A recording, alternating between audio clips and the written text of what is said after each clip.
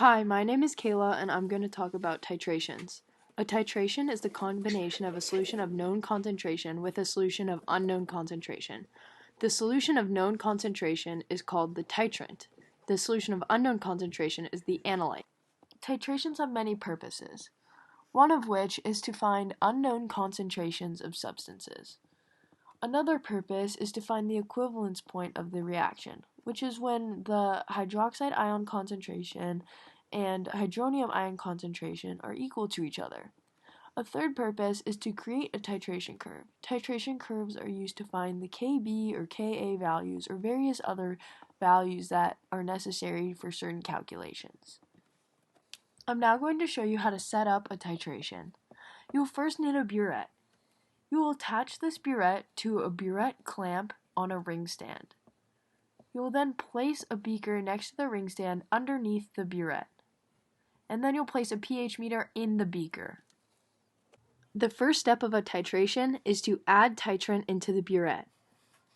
You must record the volume of the titrant and save it for later. You must notice that in a burette, you must record the volume from top down instead of bottom up. This means that in this burette, there is actually 24.50 milliliters of titrant, not 25.50 as you would normally read it. The next step is to add analyte into the beaker. You will need to measure it out in a graduated cylinder very precisely and record the volume. In this case, I will be using 20 milliliters. Next, you will add several drops of indicator into the analyte. Now you will begin titrating. You will add 1 milliliter of titrant into the analyte slowly and record the pH after each addition of 1 milliliter. You will continue this until you start to see changes of color that persist and then go away. You will begin to see the color changes persist for longer periods of time.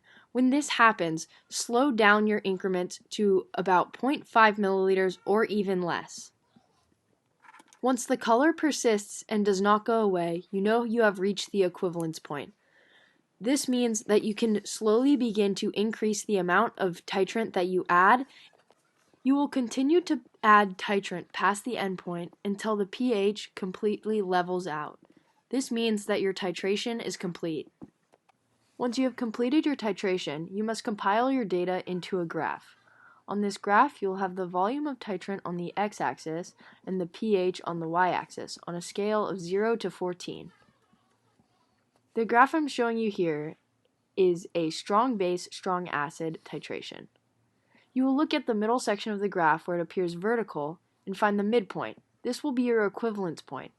You will then find the volume at the equivalence point by drawing down and finding the volume of titrant at the point of equivalence. There are many types of titrations. The first one I'm going to show you is a strong acid, strong base titration. This one's going to start at a low pH and increase to a very high pH, which leaves you with an endpoint at around 7.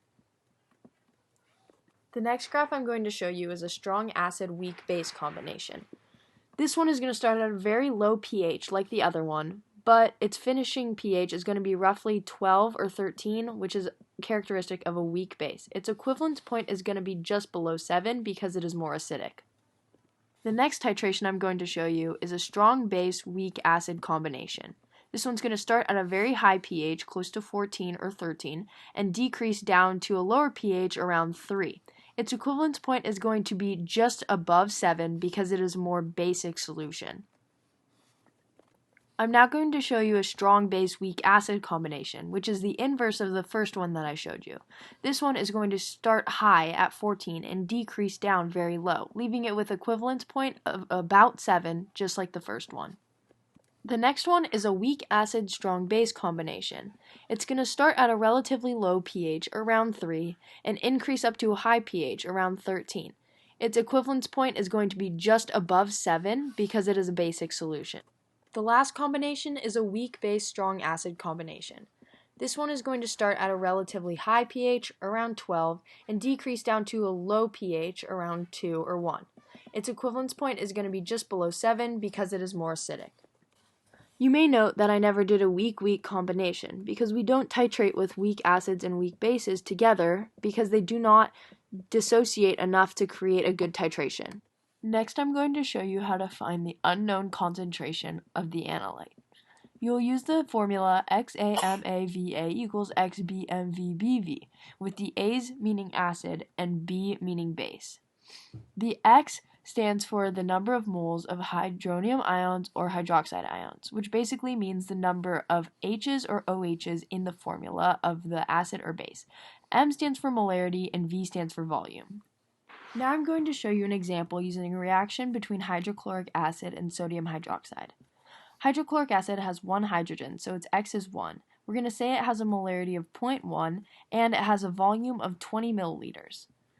Next is the sodium hydroxide. It has one hydroxide. We do not know the molarity, and we'll say it has a volume of 34.55, which would be found from the titration. Multiply everything together, you'll get 2 divided by 34.55, in which you'll get a molarity of 0.0579. I'm now going to quickly explain indicators because I know I mentioned them earlier without explaining them. Indicators show color changes at different pH points. This can help us visualize the equivalence point, so we know to slow down the titration and use less titrant so that we can get a more accurate graph. There are many different types of indicators, and they change at various colors and various pHs, so they should be chosen based on the expected equivalence point. Phenolphthalein is one of the most common indicators because it has one of the easiest to spot color changes. It is colorless in acidic solutions and dark pink in basic solutions. It changes at a pH range of 8 to 10, from colorless at 8 to dark pink at 10. Thanks for watching and have fun titrating!